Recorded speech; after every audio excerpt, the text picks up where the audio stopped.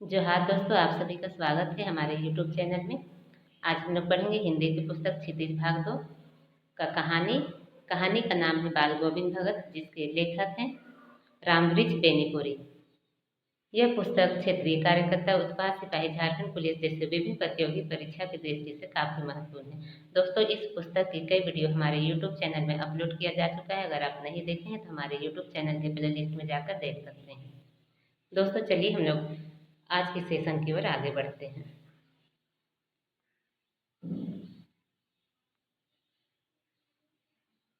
पहला प्रश्न है, रामवृक्ष बेनीपुरी का जन्म किस ग्राम में हुआ? Option A Benipur, option B Jaipur, option C Rampur, option D Shyampur. दोस्तों, इस प्रश्न का सही जवाब हो जाएगा ऑप्शन ए बेनीपुर में रामवृक्ष बेनीपुरी जी का जन्म हुआ। अगला प्रश्न है, रामवृक्ष बेनीपुरी का जन्म कब हुआ?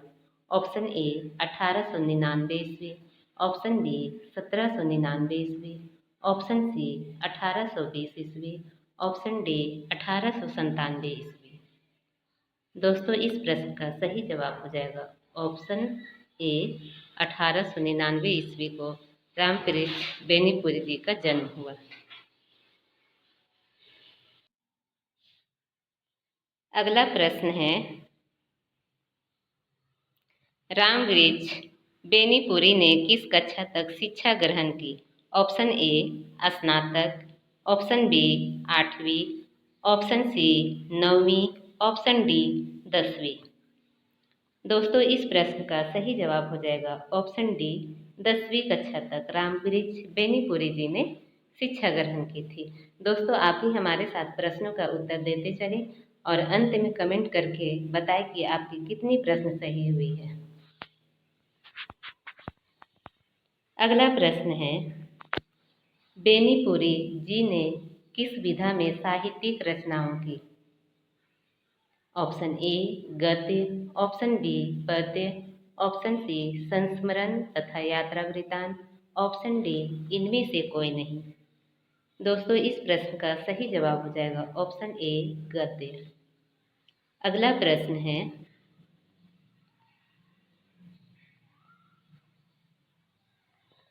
बेनीपुरी जी का संपूर्ण साहित्य किस नाम से प्रकाशित हुआ है? ऑप्शन ए रामवृक्ष संग्रह, option B Benipuri Sangrah, option C Benipuri Rachnavali, option D Ramvriksha Rachnavali. दोस्तों, इस प्रश्न का सही जवाब हो जाएगा ऑप्शन सी बेनीपुरी रचनावली। बेनीपुरी जी का संपूर्ण साहित्य नाम से प्रकाशित हुआ है। अगला प्रश्न है, बेनीपुरी रचनावली कुल कितने खंडों में प्रकाशित हुए हैं? दोस्तों, यहाँ पे कर नहीं होगा, यहाँ पे खंड होगा।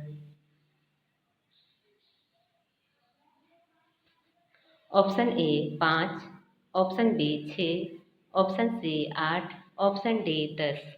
दोस्तों, इस प्रश्न का सही जवाब हो जाएगा ऑप्शन सी 8 खंडों में बेनीपुरी रचनावली प्रकाशित हुआ। अगला प्रश्न है, रामवृक्ष बेनीपुरी किस वर्ष सक्रिय रूप से राष्ट्रीय स्वाधीनता आंदोलन से जुड़े?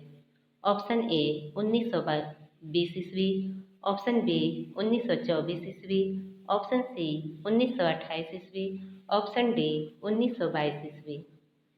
दोस्तों, इस प्रश्न का सही जवाब हो जाएगा ऑप्शन ए 1920 ईस्वी में रामवृक्ष बेनीपुरी जी ने सक्रिय रूप से राष्ट्रीय स्वाधीनता आंदोलन से जुड़ गए थे। अगला प्रश्न है, कितने वर्ष की अवस्था में बेनीपुरी जी के रचनाएं पत्र पत्रिकाओं में छपने लगी थी? ऑप्शन ए 10 वर्ष, ऑप्शन बी 15 वर्ष, ऑप्शन सी 12 वर्ष, ऑप्शन डी 17 वर्ष। दोस्तों, इस प्रश्न का सही जवाब हो जाएगा ऑप्शन बी 15 वर्ष की अवस्था में बेनीपुरी जी की रचनाएं पत्र पत्रिकाओं में छपने लगी थी। दोस्तों, यदि हमारा वीडियो अच्छा लगे तो हमारे वीडियो को लाइक करें, कमेंट करें, अपने दोस्तों के साथ शेयर करें और हमारे चैनल को सब्सक्राइब जरूर करें। अगला प्रश्न है, अम्बपाली बेनीपुरी जी की किस प्रकार की रचना है? ऑप्शन ए संस्मरण, ऑप्शन बी नाटक, ऑप्शन सी कहानी, ऑप्शन डी रेखाचित्र। दोस्तों इस प्रश्न का सही जवाब हो जाएगा ऑप्शन बी नाटक। अगला प्रश्न है, पतितों के देश में बेनीपुरी जी की कैसी कृति है? ऑप्शन ए उपन्यास, ऑप्शन बी नाटक, ऑप्शन सी कहानी, ऑप्शन डी रेखाचित्र। दोस्तों इस प्रश्न का सही जवाब हो जाएगा ऑप्शन ए उपन्यास। अगला प्रश्न है, जंजीर और दीवारें बेनीपुरी जी की कैसी रचना है? ऑप्शन ए रेखाचित्र, ऑप्शन बी संस्मरण, ऑप्शन सी यात्रा वृतांत, ऑप्शन डी कहानी। दोस्तों इस प्रश्न का सही जवाब हो जाएगा संस्मरण, यानी बेनीपुरी जी की रचना जो जंजीर और दीवारें हैं वो संस्मरण की रचना है।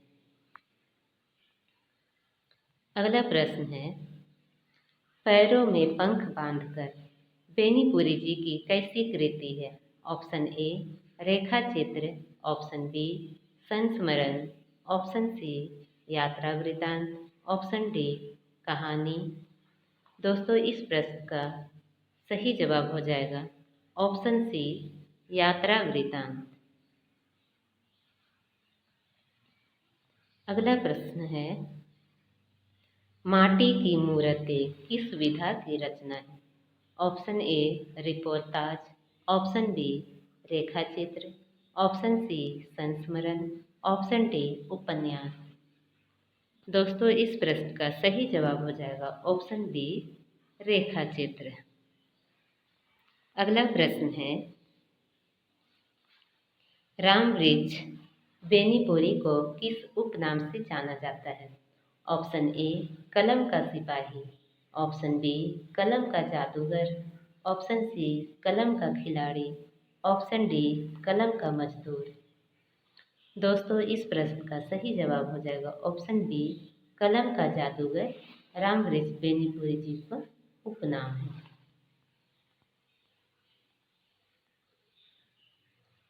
अगला प्रश्न है, राम वृक्ष बेनीपुरी का देहांत कब हुआ?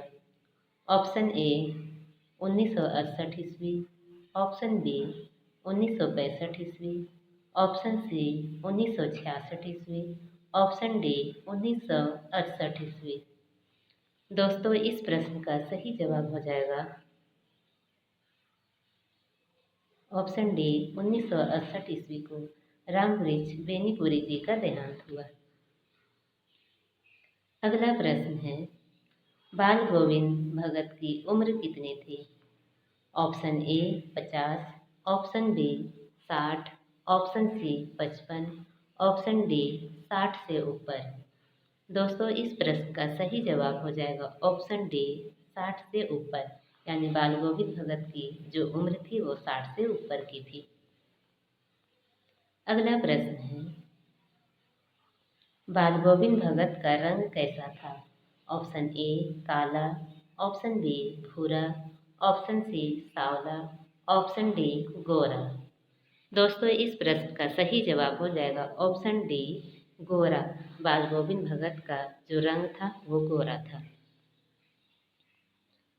अगला प्रश्न है, बाल गोविंद भगत का कद कैसा था? ऑप्शन ए लंबा, ऑप्शन बी बौना, ऑप्शन सी छोटा, ऑप्शन डी मंझोला। दोस्तों इस प्रश्न का सही जवाब हो जाएगा ऑप्शन डी मंझोला। बाल गोविंद भगत का जो कद था वो मंझोला था। अगला प्रश्न है, बाल गोविंद भगत कैसा वस्त्र धारण करते थे? ऑप्शन ए एक टोपी और एक लुंगी, ऑप्शन बी एक धोती और एक लुंगी, ऑप्शन सी एक लंगोटी और एक कनपटी टोपी, ऑप्शन डी मात्र एक धोती। दोस्तों इस प्रश्न का सही जवाब हो जाएगा ऑप्शन सी एक लंगोटी और एक कनपटी टोपी बाल गोविंद भगत धारण करते थे।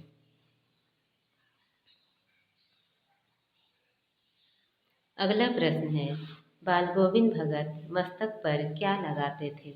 ऑप्शन ए पीला चंदन, ऑप्शन बी लाल चंदन, ऑप्शन सी सिंदूर, ऑप्शन डी रामानंदी चंदन। दोस्तों इस प्रश्न का सही जवाब हो जाएगा ऑप्शन डी रामानंदी चंदन बाल गोविंद भगत अपने मस्तक पर लगाते थे। अगला प्रश्न है, बाल गोविंद भगत जाड़े के दिनों में क्या ओढ़ते थे? ऑप्शन ए सफ़ेद कमली, ऑप्शन बी काली कमली, ऑप्शन सी लाल कमली, ऑप्शन डी भगवा चादर। दोस्तों इस प्रश्न का सही जवाब हो जाएगा ऑप्शन बी काली कमली जाड़े के दिनों में बाल गोविंद भगत ओढ़ा करते थे। अगला प्रश्न है, बाल गोविंद भगत गले में क्या पहनते थे? ऑप्शन ए मोतियों की माला, ऑप्शन बी रुद्राक्ष की माला, ऑप्शन सी तुलसी के जड़ों की माला, ऑप्शन डी स्फटिक की माला। दोस्तों इस प्रश्न का सही जवाब हो जाएगा ऑप्शन सी तुलसी के जड़ों की माला गले में बाल गोविंद भगत धारण करते थे। दोस्तों यदि हमारा वीडियो अच्छा लगे तो हमारे वीडियो को लाइक करें, कमेंट करें, अपने दोस्तों के साथ शेयर करें और इस प्रकार की वीडियो पाने के लिए हमारे साथ जुड़े रहें और चैनल को सब्सक्राइब करें। अगला प्रश्न है,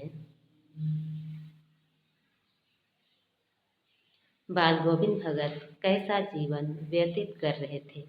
ऑप्शन ए व्यापारी, ऑप्शन बी पेशेवर, ऑप्शन सी सन्यासी, ऑप्शन डी गृहस्थ। दोस्तों इस प्रश्न का सही जवाब हो जाएगा ऑप्शन डी गृहस्थ। बाल गोविंद भगत जो थे वो गृहस्थ जीवन व्यतीत कर रहे थे। अगला प्रश्न है,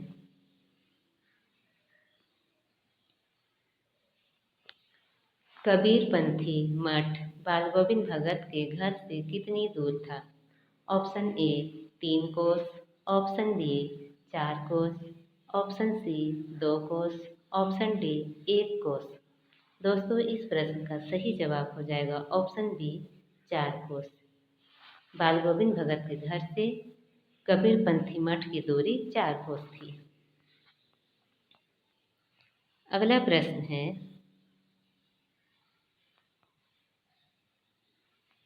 बाल गोविंद भगत किनके गीतों को गाते थे तथा उनके आदेशों पर चलते थे?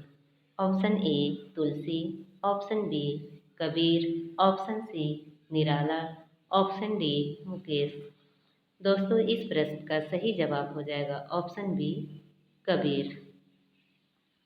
अगला प्रश्न है, बाल गोविंद भगत किसे साहब मानते थे? ऑप्शन ए सूरदास को, ऑप्शन बी तुलसीदास को, ऑप्शन सी कालिदास को, ऑप्शन डी कबीर को। दोस्तों इस प्रश्न का सही जवाब हो जाएगा ऑप्शन डी कबीर को बाल गोविंद भगत साहब मानते थे। अगला प्रश्न है, आषाढ़ की बारिश में औरतें क्या लाकर खेतों की मेड़ पर बैठी हैं? ऑप्शन ए लुकमा, ऑप्शन बी हल, ऑप्शन सी कलेवा, ऑप्शन डी बीहन। दोस्तों इस प्रश्न का सही जवाब हो जाएगा ऑप्शन सी कलेवा लेकर आषाढ़ की बारिश में औरतें खेत की मेड़ पर बैठी हैं। अगला प्रश्न है, बाल गोविंद भगत की प्रभातियाँ किस महीने तक चलती है? ऑप्शन ए सावन, ऑप्शन बी भादो, ऑप्शन सी फागुन, ऑप्शन डी पौष। दोस्तों इस प्रश्न का सही जवाब हो जाएगा ऑप्शन सी फागुन महीने तक बाल गोविंद भगत की प्रभातियाँ चलती थी। अगला प्रश्न है, बाल गोविंद भगत की प्रभातियाँ किस महीने में शुरू होती थी? ऑप्शन ए फागुन, ऑप्शन बी कार्तिक, ऑप्शन सी अगहन, ऑप्शन डी आषाढ़। दोस्तों इस प्रश्न का सही जवाब हो जाएगा ऑप्शन बी कार्तिक। बाल गोविंद भगत की प्रभातियाँ कार्तिक महीने में शुरू होती थी और फागुन माह तक चलती थी। अगला प्रश्न है, भादों की अंधेरी रात में बाल गोविंद भगत कौन सा गीत गा रहे थे? ऑप्शन ए, यही ठैया झूलनी है रैली हो रामा। ऑप्शन बी, छोटे छोटे पाँव हमार। ऑप्शन सी, गोदी में पिया हुआ चमक उठे सखिया चिहुक उठे ना। ऑप्शन डी, यहीं रे रामा दर्द हो गए। दोस्तों इस प्रश्न का सही जवाब हो जाएगा ऑप्शन सी, गोदी में पिया हुआ चमक उठे सखिया चिहुक उठे ना। अगला प्रश्न है, बाल गोविंद भगत के गांव से नदी की दूरी कितनी थी जहां वे स्नान करने जाते थे? ऑप्शन ए, 1 मील। ऑप्शन बी, 2 मील। ऑप्शन सी, 4 मील। ऑप्शन डी, 6 मील। दोस्तों इस प्रश्न का सही जवाब हो जाएगा ऑप्शन बी, 2 मील बाल गोविंद भगत के गांव से नदी की दूरी थी। अगला प्रश्न है, बाल गोविंद भगत का बेटा कैसा था? ऑप्शन ए, स्वस्थ और कुशाग्र। ऑप्शन बी, सुस्त और बोदा। ऑप्शन सी, पागल और बीमार। ऑप्शन डी, चुस्त और तेज। दोस्तों इस प्रश्न का सही जवाब हो जाएगा ऑप्शन बी, सुस्त और बोदा बाल गोविंद भगत का बेटा था।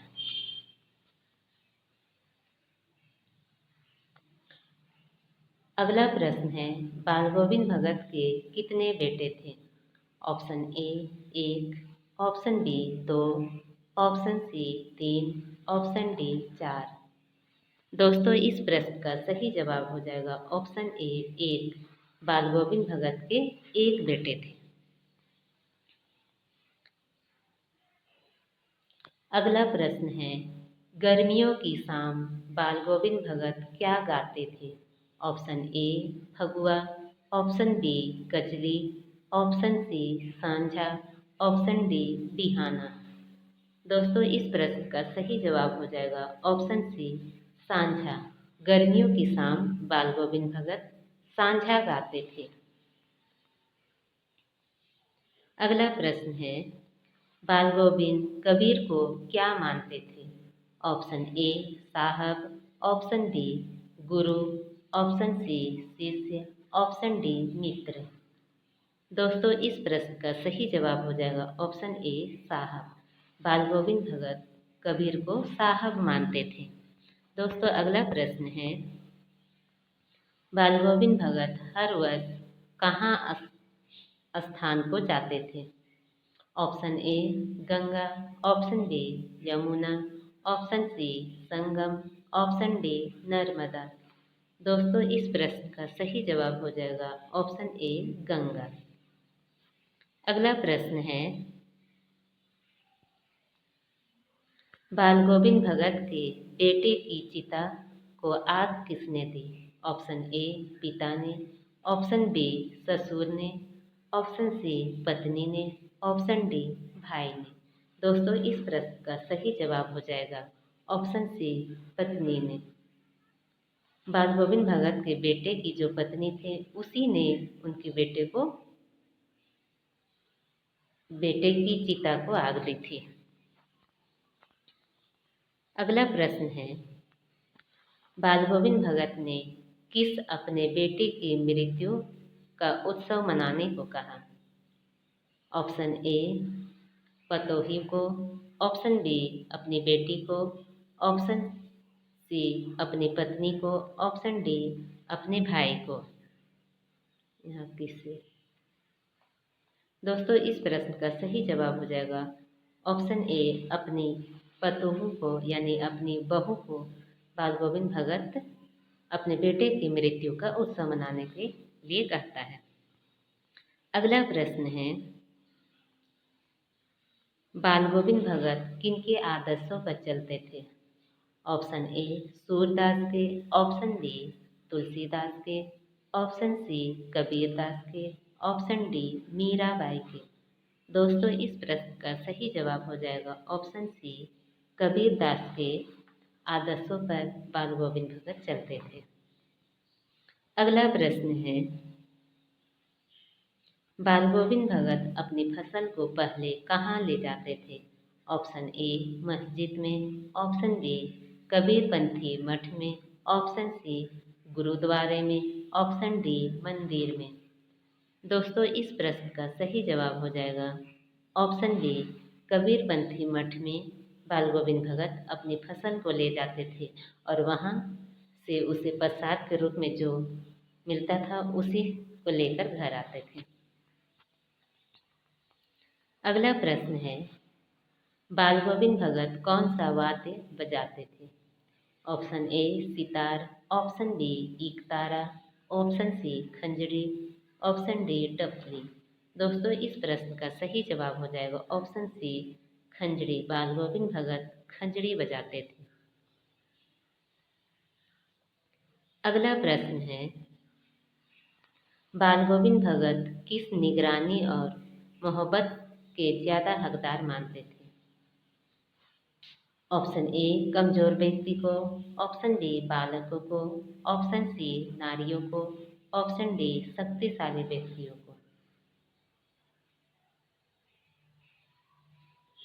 दोस्तों इस प्रश्न का सही जवाब होगा ऑप्शन ए कमजोर व्यक्तियों को निगरानी और मोहब्बत के ज़्यादा हकदार बाल गोविंद भगत मानते हैं। अगला प्रश्न है बाल गोविंद भगत के गीतों में कौन सा भाव व्यक्त होता था? ऑप्शन ए श्रृंगार का भाव, ऑप्शन बी वैराग्य का भाव, ऑप्शन सी विरह का भाव, ऑप्शन डी ईश्वर भक्ति का भाव। दोस्तों इस प्रश्न का सही जवाब हो जाएगा ईश्वर भक्ति का भाव बाल गोविंद भगत के गीतों में व्यक्त होता था। दोस्तों अगला प्रश्न है लेखक बाल गोविंद भगत के किस विशेषता पर अत्यधिक मुग्ध था? ऑप्शन ए व्यवहार पर, ऑप्शन बी भोजन पर, ऑप्शन सी पहनावे पर, ऑप्शन डी मधुर गान पर। दोस्तों इस प्रश्न का सही जवाब हो जाएगा ऑप्शन डी बाल गोविंद भगत के मधुर गान पर लेखक अत्यधिक मुग्ध थे। दोस्तों अगला प्रश्न है बाल गोविंद भगत खेत में क्या करते थे? ऑप्शन ए उपदेश देते थे, ऑप्शन बी खेत की मेड़ पर बैठते थे, ऑप्शन सी केवल गीत गाते थे, ऑप्शन डी धान के पौधे लगाते थे। दोस्तों इस प्रश्न का सही जवाब हो जाएगा ऑप्शन डी धान के पौधे लगाते थे। अगला प्रश्न है पूरब में लोही लगने शब्द से क्या मतलब है? ऑप्शन ए पूर्व में उगने वाला फल, ऑप्शन बी सुबह के समय सूरज की लालिमा, ऑप्शन सी लोहे का एक पात्र जो पूर्व के लोग इस्तेमाल करते हैं, ऑप्शन डी लोहे में जंग लगना। दोस्तों इस प्रश्न का सही जवाब हो जाएगा ऑप्शन बी सुबह के समय सूरज की लालिमा। दोस्तों अगला प्रश्न है बाल गोविंद भगत की टोपी कैसी थी? ऑप्शन ए गांधी की टोपी जैसी, ऑप्शन बी सूरदास जैसी, ऑप्शन सी जैन मुनियों जैसी, ऑप्शन डी कबीर पंथियों जैसी। दोस्तों इस प्रश्न का सही जवाब हो जाएगा ऑप्शन डी कबीर पंथियों जैसी बाल गोविंद भगत की टोपी थी। अगला प्रश्न है पंजर का अर्थ क्या है? ऑप्शन ए घुटन, ऑप्शन बी नियम, ऑप्शन सी कमजोर, ऑप्शन डी शरीर। दोस्तों इस प्रश्न का सही जवाब हो जाएगा ऑप्शन डी शरीर। पंजर का अर्थ शरीर है। अगला प्रश्न है बाल गोविंद भगत की मृत्यु का क्या कारण था? ऑप्शन ए बेटी की मृत्यु की चिंता, ऑप्शन बी दुर्घटना, ऑप्शन सी बीमारी, ऑप्शन डी भूख। दोस्तों इस प्रश्न का सही जवाब हो जाएगा ऑप्शन सी बीमारी। बाल गोविंद भगत की मृत्यु बीमारी के कारण हुई। दोस्तों आज का हमारा सेशन यही समाप्त होता है। हमारा वीडियो कैसा लगा? यदि हमारा वीडियो अच्छा लगा हो तो हमारे वीडियो को लाइक करें, कमेंट करें, हमारे वीडियो को अपने दोस्तों के साथ शेयर करें और यदि इस तरह की वीडियो चाहिए तो हमारे चैनल को सब्सक्राइब करें और जुड़े रहे हमारे साथ।